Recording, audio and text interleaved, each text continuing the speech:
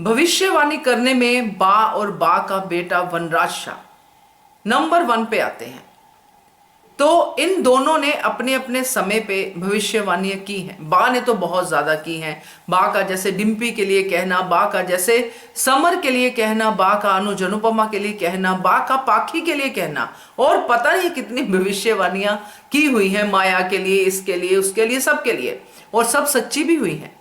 और आज क्योंकि वनराज शाह बहुत ज्यादा तो करता नहीं है भविष्यवाणी, मगर आज उसने कर दी। आज उसने ये कह दिया अनुज को कि तुम जब शादी का मंडप होगा तब तुम अनुपमा की तरफ भागोगे। हम लोग तो ये बात करते ही रहते हैं, हम तो इच्छा जताते हैं कि ऐसा होना चाहिए।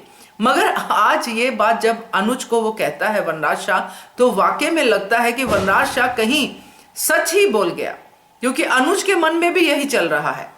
हम देख रहे हैं कि जैसे श्रुति का फोन आता है तो अनुज थोड़ा चिड़चिड़ा सा लगता है, उसका फोन उठाने को मन ही नहीं करता। जब शादी से पहले ये हाल है कि मन ही नहीं करना, और दूसरी तरफ श्रुति का ये कि एक बार मेरी शादी हो जाए फिर तो मेरा पूरा पूरा हक रहेगा, तो इस रिश्ते का क्या ही भविष्य होगा वो तो समझ में आ ही रहा है। मगर उससे पहले शादी के मंडप पे क्या होगा, क्योंकि आजकल चर्चा में तो यही चल रहा है, जो शादी के मंडप की बातें हो रही, कोई कुछ कह रहा है, कोई कुछ कह रहा है। मगर ध्यान देने वाली बात यह है कि इस सीन में इस बात को ऐसे वनराज शाह के मुंह से कहलवाना, यह बहुत बड़ी सिग्निफिकेंस है। क्योंकि अगर वनराज शाह ये नहीं कहता है तो इस सीन का मतलब क्या है। स्पेशली एक सीन जो वनराज और अनुज के बीच में हुआ, जिसमें कि उन्होंने अपने आप को एक तरह से डिफेंसिव मोड में दिया और दूसरे पे अटैकिंग दिया, है ना। कि वनराज शाह जो है अनुज को कह रहा है कि तुम्हारी हालत क्या है, और तुम्हारा दिमाग मैं पढ़ सकता हूं कि तुम अनुपमा के बारे में सोच रहे हो कि वो एक हाथ से कैसे काम करेगी।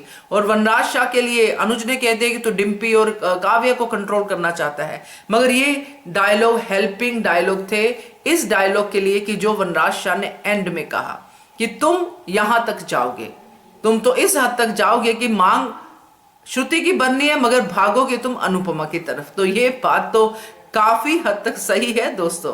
अगर ऐसा होता है तो बड़ा ही मजेदार सा मंजर होगा ये देखना, और बड़ा ड्रामा यहाँ पे क्रिएट होगा। तो क्या कहते हो आप सब वनराज शाह के इस भविष्यवाणी पे? क्योंकि मुझे तो लगता है कि कभी कभी जो है होता ना कि कोई कुड़कुड़ करने वाला जो रेडियो भी होता है जिसमें सही फ्रीक्वेंसी नहीं पकड़ी जाती है, कभी कभी वो भी सही फ्रीक्वेंसी पकड़ ही लेता है। तो ये वनराज शाह की सही फ्रीक्वेंसी पकड़ने वाला जो है टाइम लग रहा है। तो बताइएगा आप लोग, क्या आपका टेक है इसके बारे में, कमेंट कीजिएगा। देखते रहिए channel hungry spirits. Thank you so much. Subscribe to our channel by clicking the subscribe button. Click the bell button and enjoy the latest uploads from our channel.